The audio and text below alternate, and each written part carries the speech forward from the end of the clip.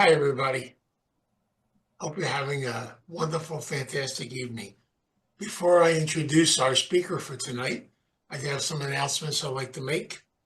Okay, our sound therapy program, which is run on Saturdays, will be on Saturday, April the 12th at 2:30 in the afternoon.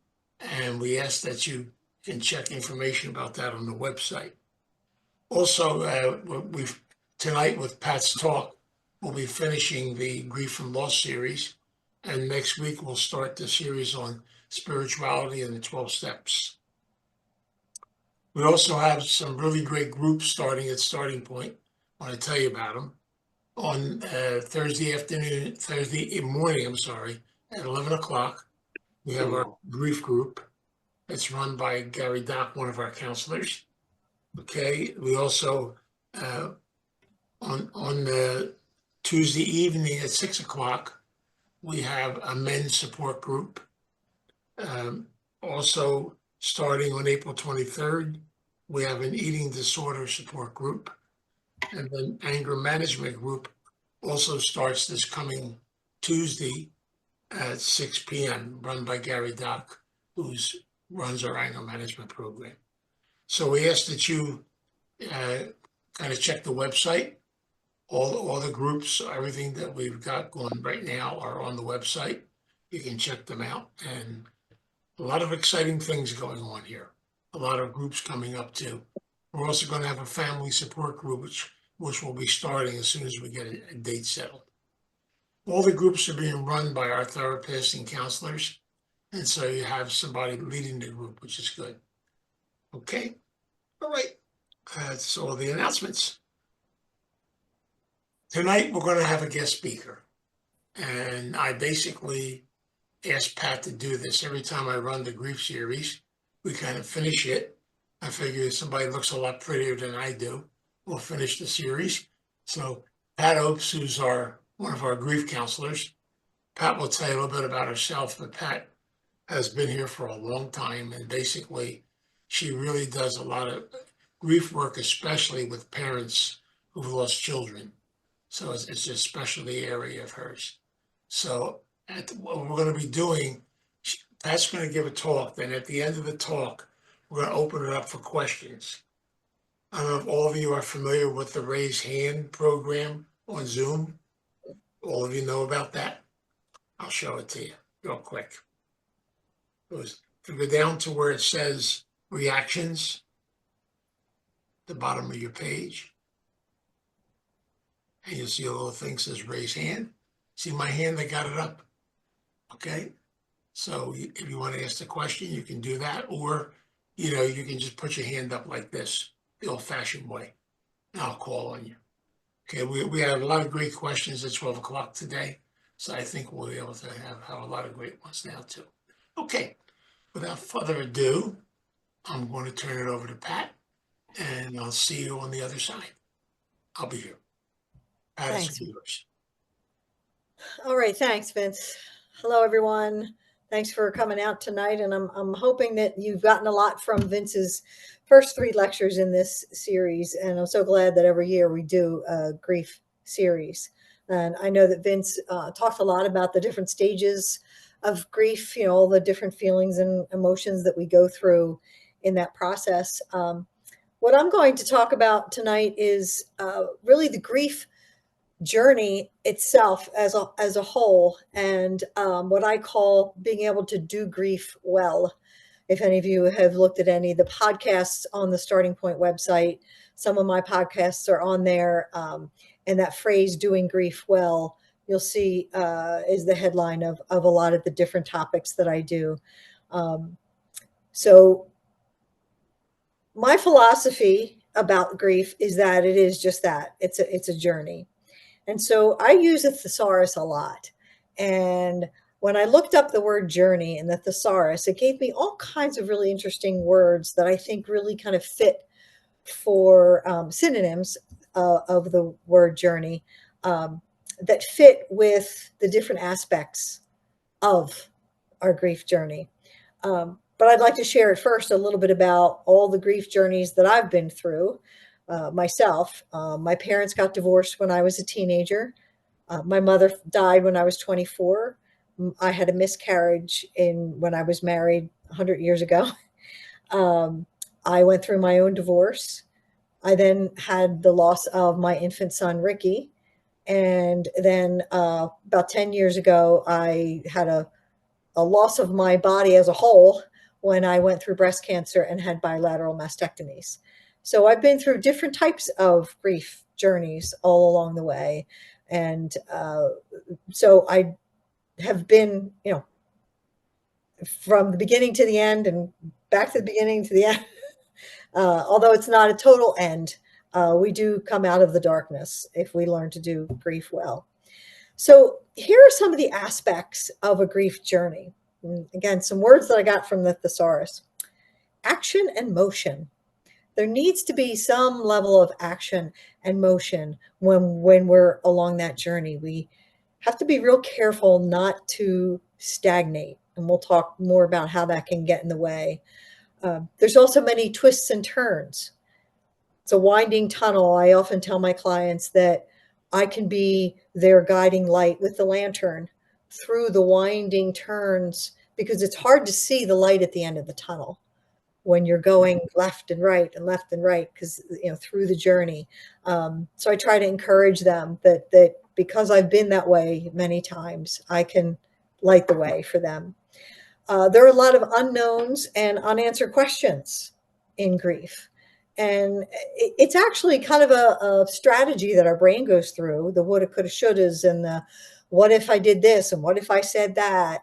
It's a strategy of our brain to try to make sense of things because we actually feel a little bit more in control when we feel like we can make sense of things, even if we're trying to control the past that's already happened. It's kind of a trick that our brain plays on us. So I've actually let people ask why over and over again early in their grief because it's an important part of the processing. There comes a time when we have to stop asking that and take the answers that we have and leave it at that. But that is an important part of the process, especially early on. The journey is about discovery of ourselves. We don't really lose ourselves, although I'm sure all of you at different times and different losses that you've had, you might have felt like, your life is completely different. You are completely different.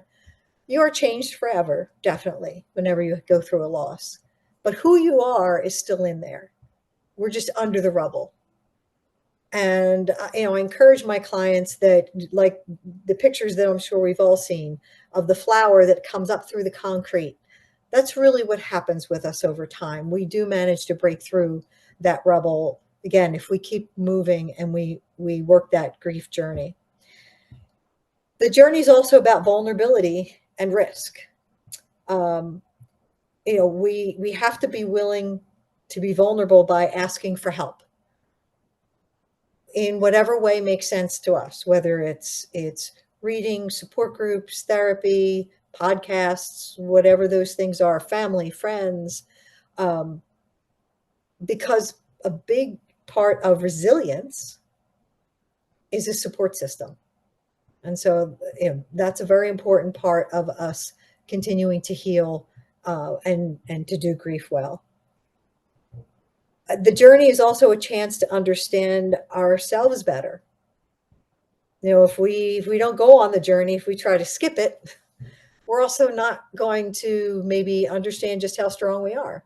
We're not going to understand what our values truly are, different parts of ourselves that we didn't even know existed. So it's a really important part of that whole healing and growth process, even through the grief journey. It's a willingness to accept and change how we navigate life. Sometimes we have to do things differently than we've done before. Old coping mechanisms that we used for other struggles in our lives might not work this time. Or we might have to change them up a little bit. I have a client who she likes gardening. That is a hobby of hers, but it's also kind of that quiet space that she has gone to many times in her life when she's had different struggles. So it's always been a coping mechanism, the gardening. When she lost her son 2 years ago, that became a very important part of her being able to just find some solace. But this year, she's actually added in journaling, so she keeps the journal on the deck, and when she's taking a break from the gardening, she'll go and journal. So that coping mechanism she's using, but she's also changed it up some. So we may find that kind of navigation starts to change. Part of the journey is excavating and exploring. I want to share with you, I don't know if folks have anything to write with there, but I can certainly maybe put this up on the website. Dr. Joan Rosenberg is a psychologist who she did a TED talk a few years ago, and she did a thing called the Grief Reset Protocol. And I actually use that with some clients. I give it to them to fill out sometimes when they are kind of getting stuck and they really need kind of a guide to help them process through their grief. And one of the stages, she does 5 different stages of processing.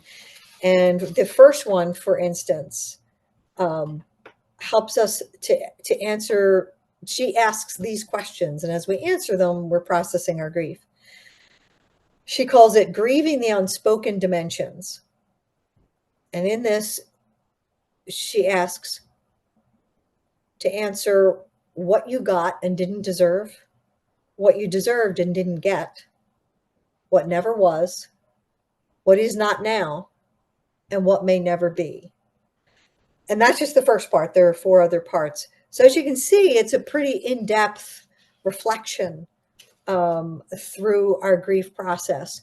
So sometimes something like that can really help people keep moving on. Her name is Dr. Joan Rosenberg. It's Rosenberg. And if you go to YouTube, you put in her name and the word grief, this TED Talk will come up. It's about 15 minutes long. So you can find out more about that by listening to her TED Talk. A journey can also be hard and scary. We need to choose our hard, because what we need to understand is that it's hard no matter what, whether we go on the journey or we don't. For instance, it's hard to be in debt. It's hard to manage money. It's hard to be healthy. It's hard to be sick. It's hard to be married. It's hard to be divorced. We have to choose our hard. So sometimes we think that by not going on the journey, by just kind of ignoring things and just bypassing the grief process, that we're going to go the easy route. But it's just as hard to not go through the journey, because grief is like water. It will find its way into our lives and affect our lives. And better that we're conscious of it and we're managing it rather than it managing us. The journey can also be hopeless, as we know, but it can also be hopeful.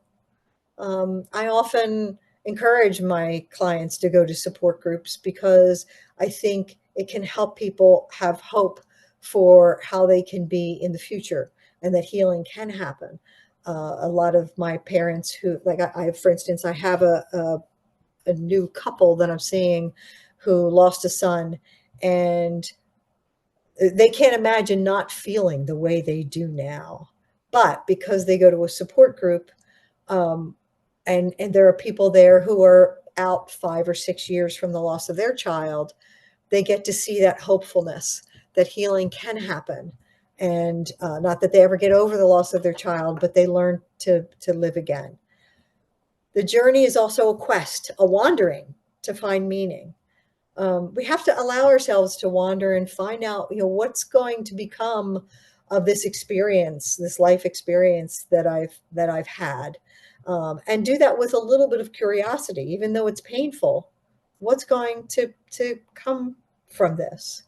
And that was part of my journey with Ricky. after I lost him. I didn't know what was going to happen. I got on an online support group. I got involved with March of Dimes because he died because of preterm birth. And then that morphed into me then becoming a grief counselor for the last 22 years.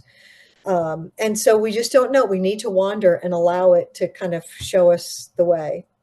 Another part of a journey is the passage from the past to the present to the future, because life is fluid.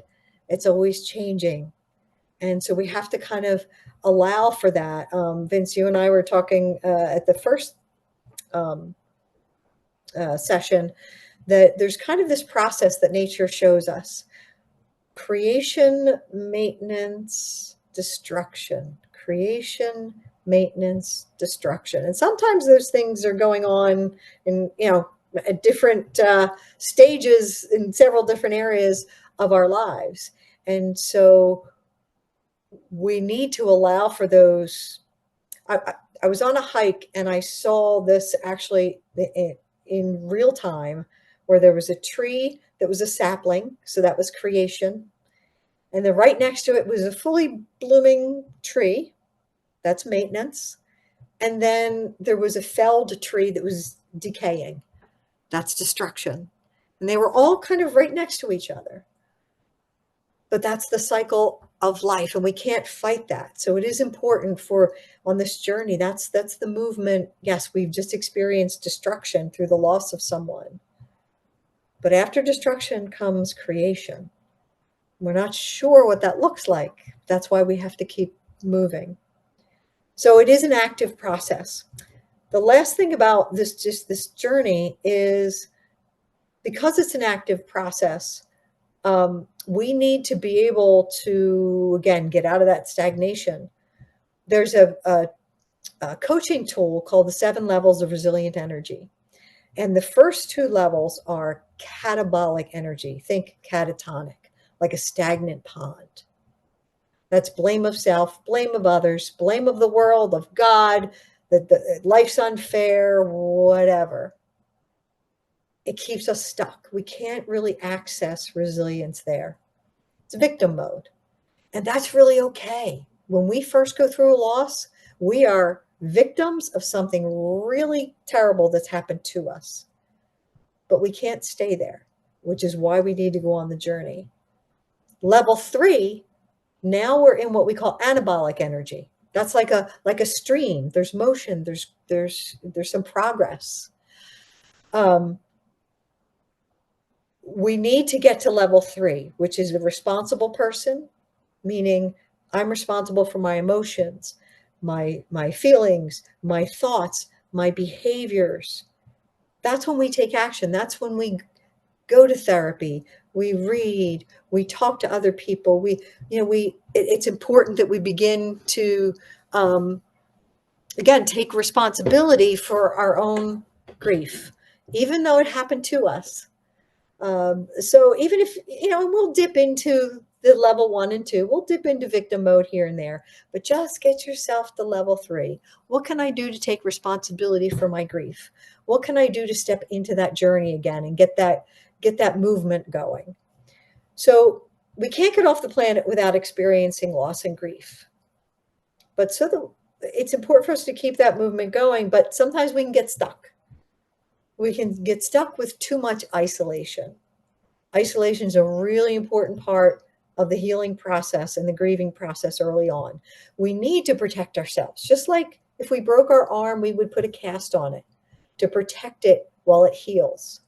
So we need to set some boundaries and spend some time by ourselves or on the couch and just staring out into space, even sometimes journaling, whatever we need to do. But too much isolation for too long, we fall into a deep depression that's unhealthy. Too much denial, which is the opposite, where we're just working, or we're always out, we're always distracted. Too much socialization can cause the opposite problem, where then we don't bother to go on the journey. But like I said, it will haunt us. Our grief will haunt us if we don't face it.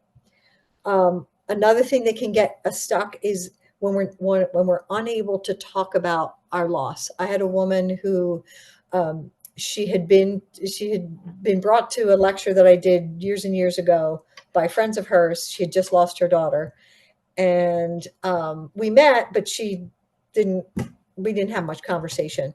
I gave her my card. 3 years later, she called me because she saved my card. She had really kind of isolated for 3 years, and she was ready. And the first few months, all we did was talk about her daughter. And it released so much in her to be able to talk about her daughter before we did any grief work. So it's not good to not talk about it.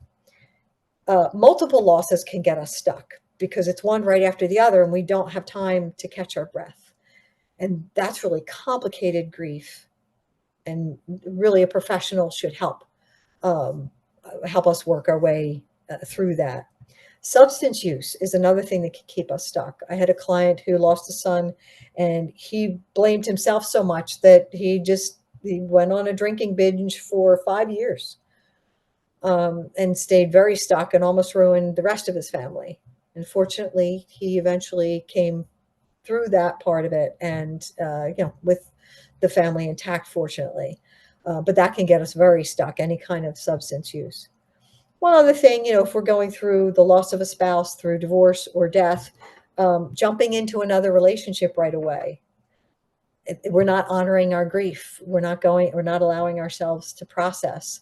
And, we're just going to carry that into the next relationship. So those are some things that can keep us stuck or really get in the way of that journey. So how do we do grief well? I'm going to close up with some ideas around that. One of the things is, I want to talk a little bit about acceptance, which was Vince's last lecture. Again, back to the thesaurus. One of the synonyms of acceptance is cooperation. Cooperation with what is. And I like to use the sailboat analogy.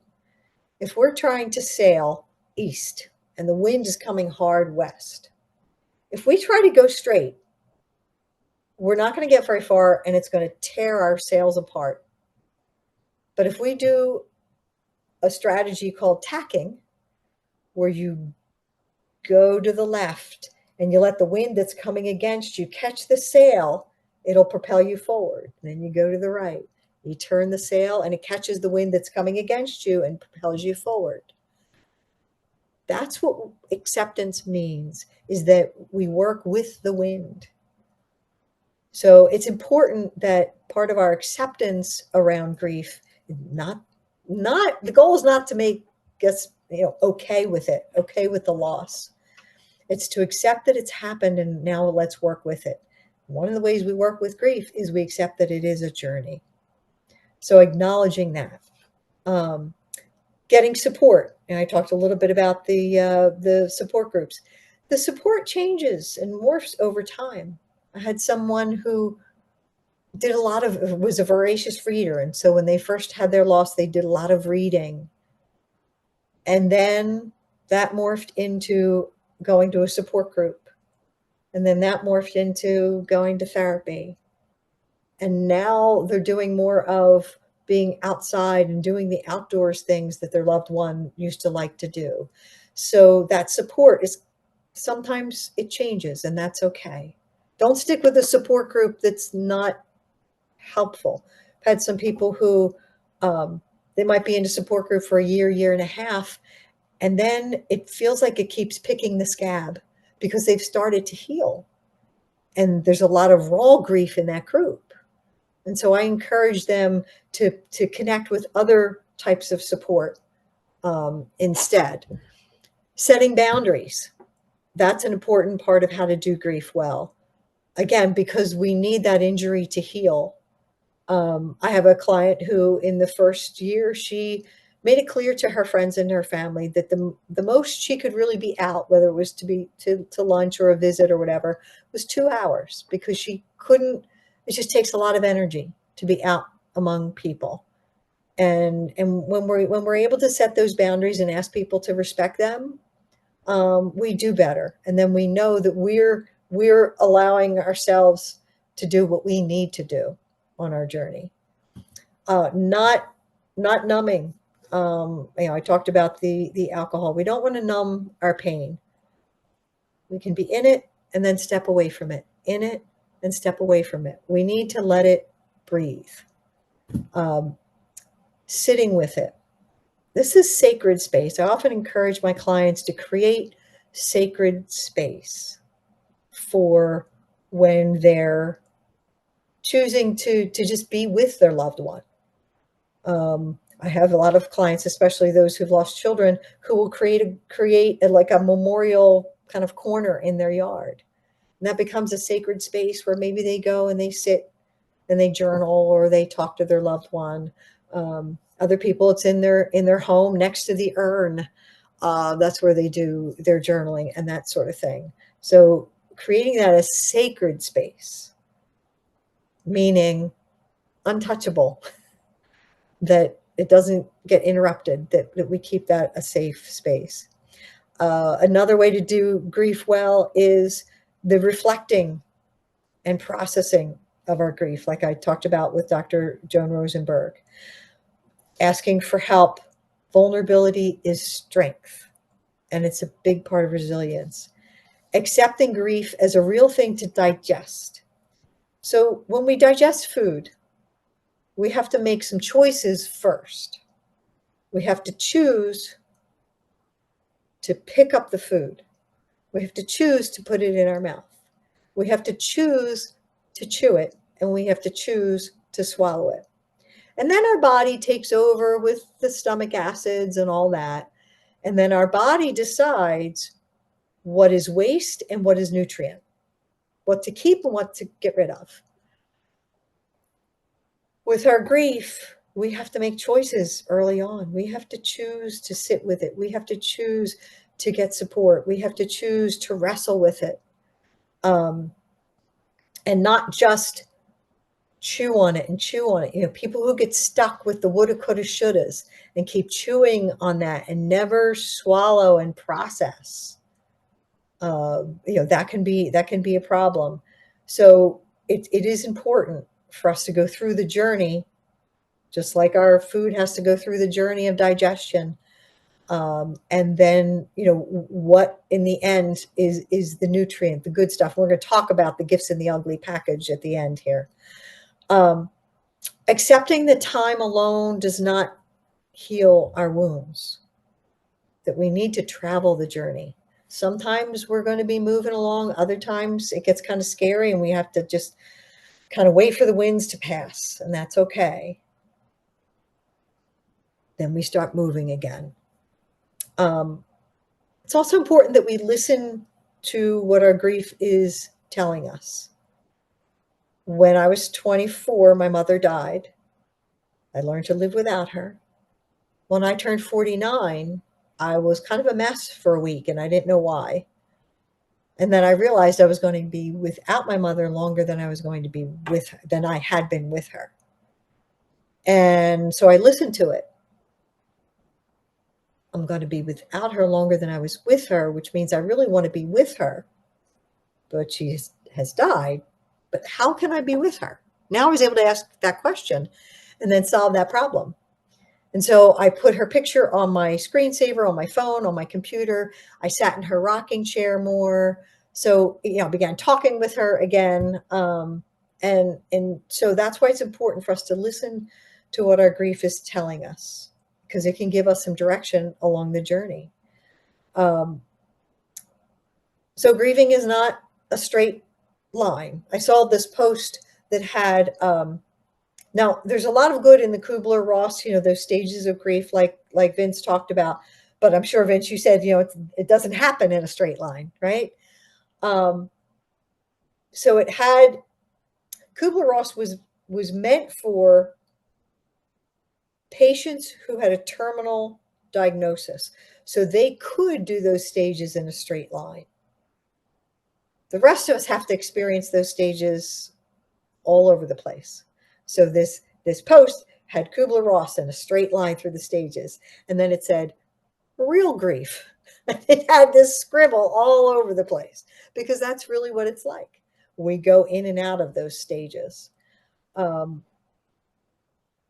that's the winding road of the journey. So we don't get over it. We learn to live with it as part of our story. And sometimes, if we allow it, in fact, most of the times, as long as we allow it, we can experience what we call the gifts in the ugly package. And the ugly package is the loss and the pain. But the gifts can be, oftentimes I work with clients, there's healing of old wounds from childhood, trauma or family dysfunction, healing of old wounds from previous losses, some unfinished business, some unspoken words. There can be reconciliation of relationships that comes, sometimes when somebody dies, right? People come together again who have been apart for a while. There's a coming to terms with ourselves. Sometimes we discover things about ourselves that we never knew, and we evolve and grow. It's called PTG, post-traumatic growth, where we can actually grow through that kind of experience. Forgiveness for ourselves and others. We can really learn to be a forgiver when we've gone through a significant loss. We can make new connections. I have clients who met at support groups. There were three women who were clients of mine who had lost children, and they actually met at a support group, and they found out they all had me as a therapist. But as they healed, as they were along their journey, they didn't go to the support group anymore. They kind of created their own thing where they would get together for dinner every once a month or whatever, and they're still great friends. So we can make new connections, actually, and we can find new and different meaning in life that we never thought was possible, like I did after the loss of Ricky. It became my life's mission. So any loss that you may be more recently experiencing, go on the journey, and go on the journey purposefully.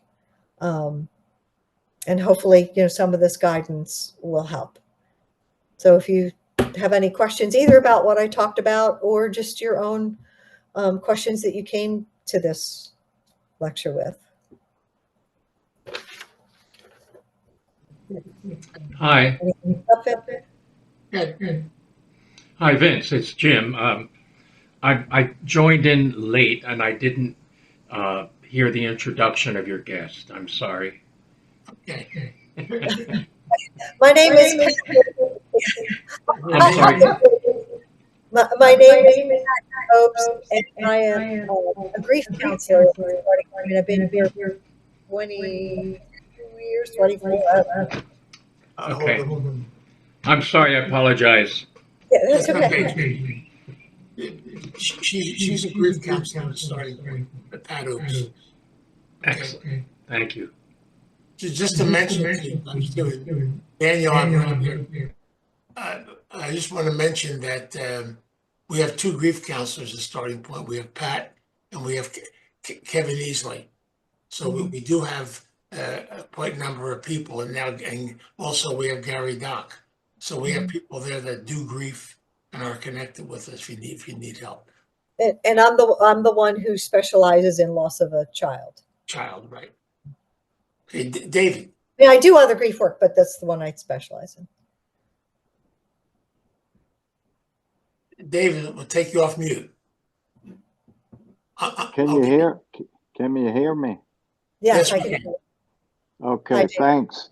I'm gonna make this as fast as I can. So it's a coincidence that it's today 4 years my mother passed. April 14th, it'll be a year my father passed. He was 93, and I buried my brother 12 years ago, and my parents divorced when I was 16. I did inner child study with Vince 21 years ago, and so mine's a little different because a week and yesterday I celebrated 32 years sobriety, so I didn't drink through Hopefully. any of what has transpired. I have a 45-year-old son with 2 grandchildren and a 43-year-old son. And a week after I buried my father last year, my wife and I are both devastated because they decided they didn't need us in our life anymore. And so I immediately sought professional help. And my cardiologist is actually talking with me because he says the most stress in your life comes from your family.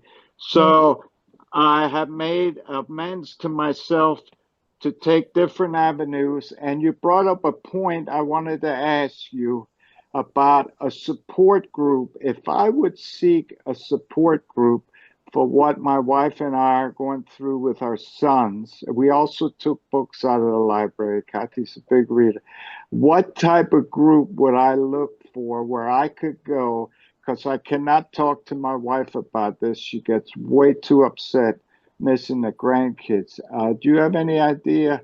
Unfortunately, I don't live near Starting Point anymore. I really miss it. I'm in the Lehigh Valley. I would look for a support group. What would it be? Thank you. First of all, yes, you have, David, you've been through quite a few losses. You're experiencing what we call ambiguous loss, which is when the people are still here, but we don't have any contact. So we feel a lot of the similar grief, like it's a loss. It is a significant loss, as if they've died.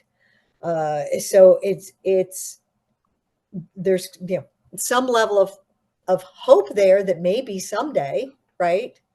But one of the things that we need to do, in fact, I have a client who's in a similar situation. First of all, as far as a support group, I don't know that there are any support groups directly for that. But you certainly can try to kind of Google it, estranged family members, loss over estranged family members. So that word estrangement might, be a good search word. But go ahead. Just to let you know, David, there's a group called a support group called Families Anonymous. Mm-hmm. It's an excellent group, and you and your wife can both go there. Mm-hmm. And it's not just the support group is to help people that are going through exactly what you're going through. So, David, I actually had a client who was actually a sponsor on that group. Mm-hmm. And so, because there are a lot of parents too who kind of have that ambiguous loss with a child who's active in addiction, who is just out of their lives for so long. And so I know it was helpful to her. So yeah, that's an excellent suggestion, Vince. But family estrangement is. David, send me your phone number. All right. To my email, vince@startingpoint.org, and I'll give you a contact for Families Anonymous. Thanks a lot. I just spoke at their meeting in Pennsylvania.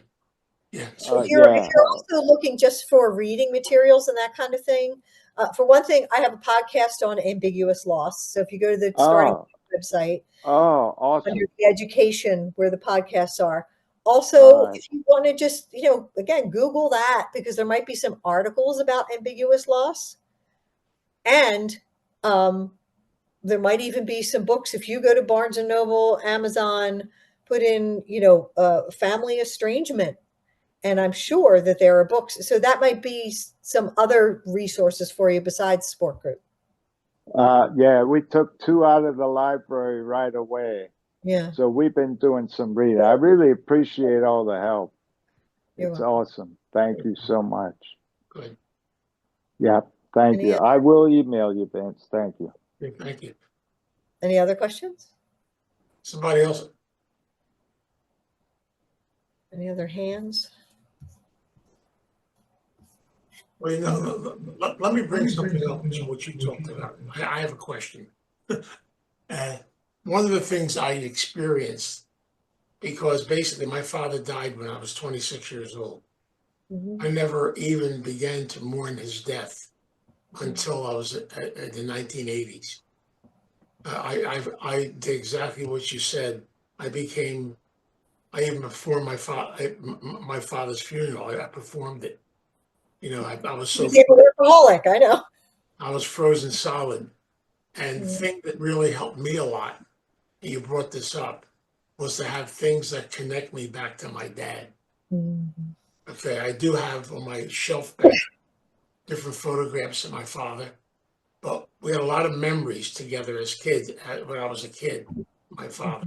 So one of the things that really connects me to my father was that he worked on the railroads. I go to Lancaster at least twice a year just to ride on the steam train. And my wife will tell you, all I do is cry when I'm on that train Mhm. because that's helped me so much to grieve my father because we Mhm. spent so much time traveling on steam trains, me Mhm. and my dad. Mhm.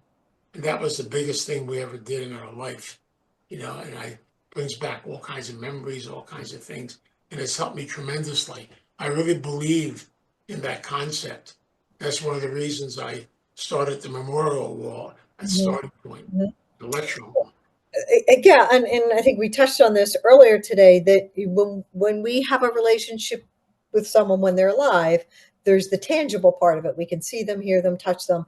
But there's also the intangible part. You know, we love them, they have a personality, we have experiences. We can't touch those things. When they die, the tangible goes away, the intangible does not. So we still have a relationship with them. And in fact, literally, our brain is nothing but wires and chemicals. Our brain has a sort of a file drawer of wires that are all connected to our loved ones. And so they're still in our brain. And we have a relationship with them that is still alive. That's why when we say talk to them, we're not saying, talk to their ghost necessarily. We're saying when you talk to them, I'll give you a quick example. When I was seeing the doctor, I didn't know yet that I had breast cancer. And remember, my mom died when I was 24 and I got breast cancer when I was 50. Um, I had seen the doctor and she ordered some tests. I came home and I sat in my meditation spot. And all I did was I just closed my eyes and I said, Mom. That's all I said. And then I was quiet. And it wasn't like an audible. I just felt her saying, you'll be okay. But because I knew my mother, I knew that did not mean that I didn't have cancer. My mother had cancer 3 times. What I knew that meant is that I had cancer, but that I would be okay. It gave me such peace that when I walked into the doctor's office after they did the MRI and she told me that I had cancer, I wasn't surprised.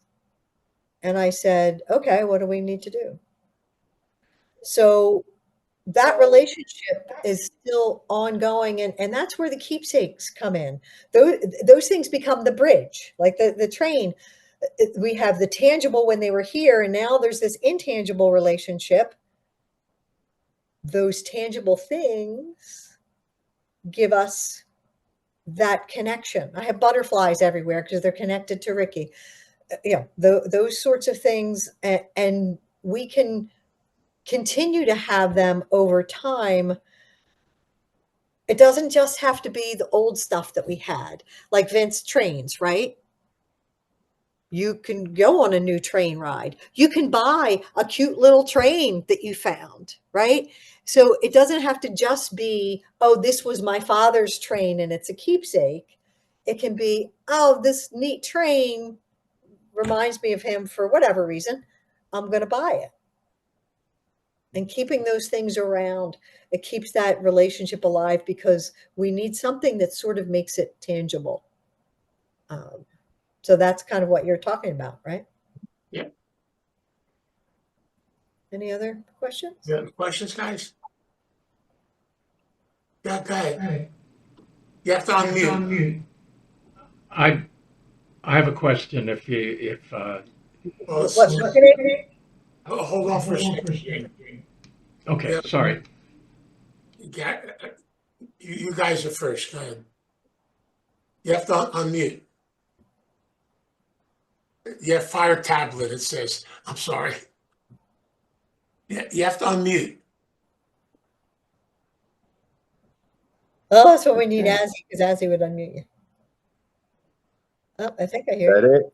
Yep. There you go. Did that Okay. make it? Yeah. You had a question.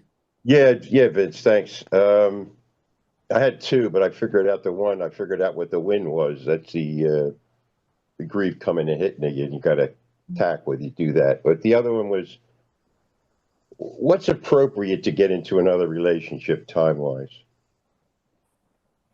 Well, So as far as another relationship is concerned, often what people do is we're social creatures. We want to have Yeah. relationships with other people, right? Exactly. But what's really important is we take time to have a relationship with ourselves.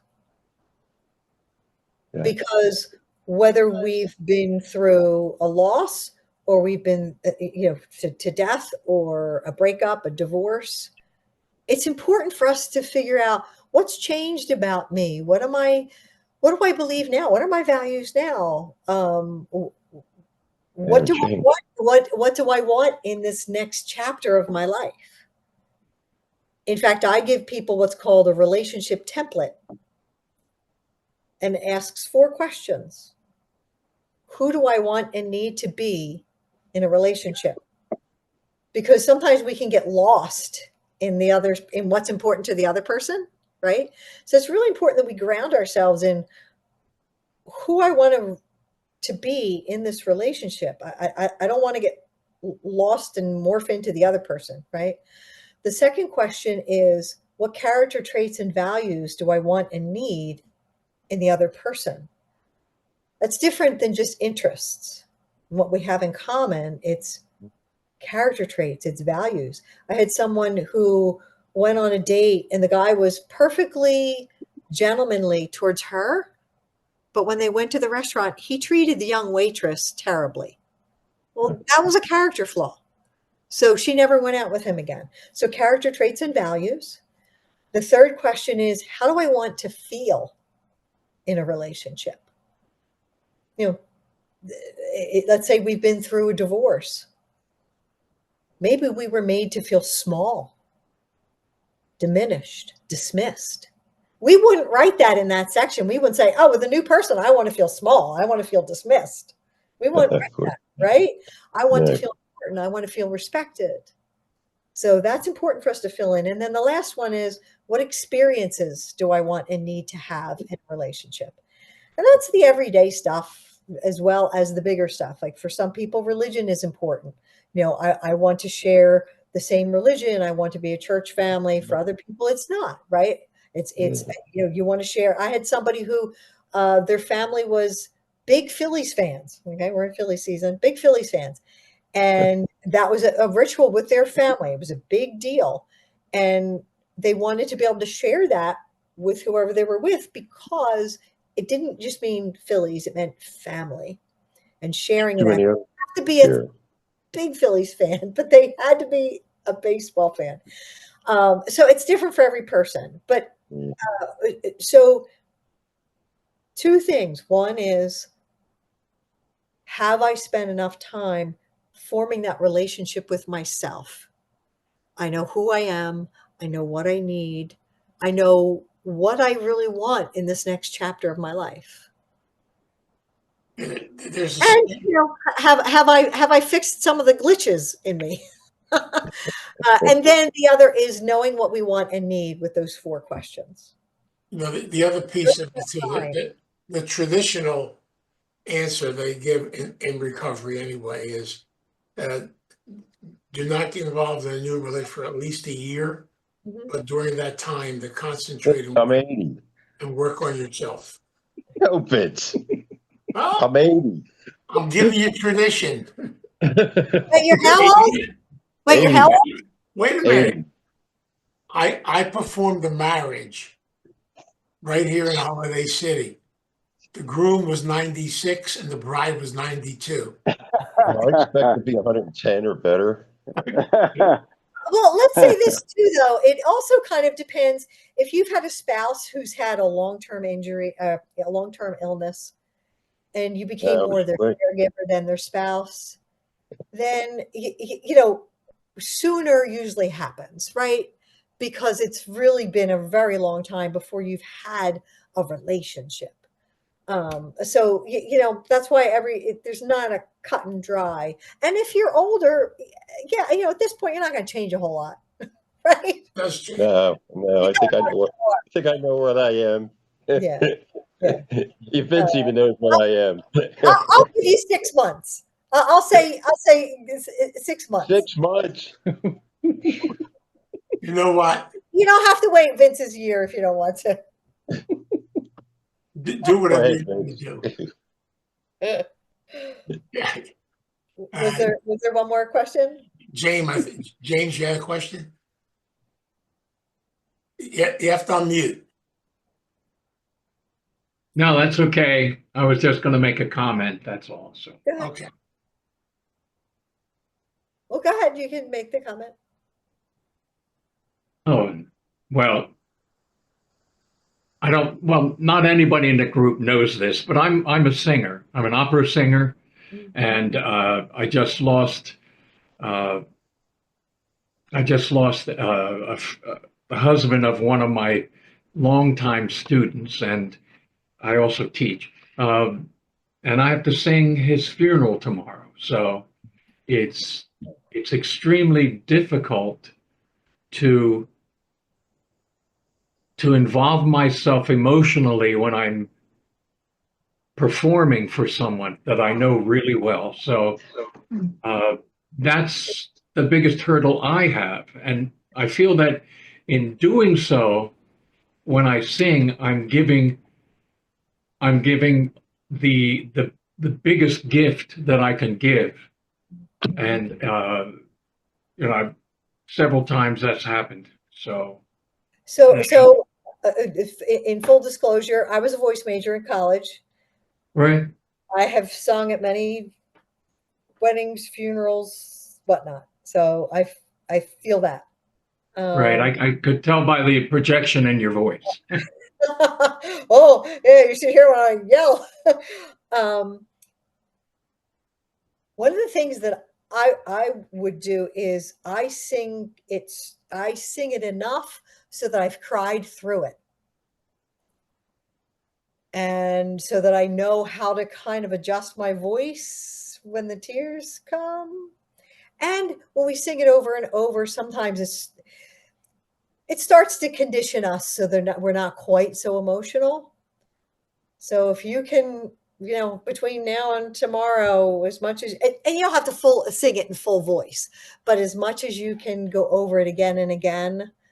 And I would say, don't look at the family because they're going to be crying. You know, the old look at the top of their heads. You're going to have to do that. Yeah. And you know what?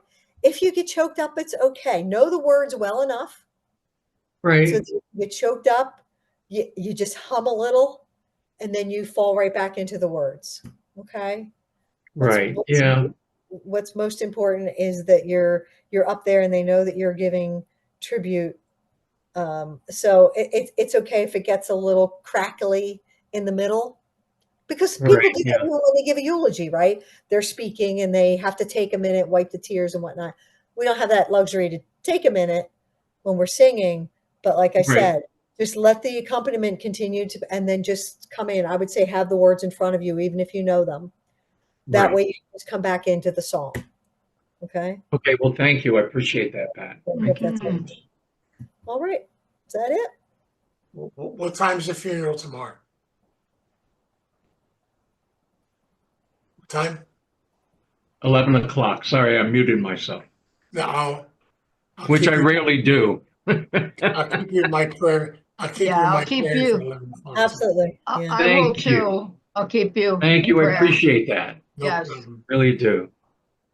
Thank you. Okay.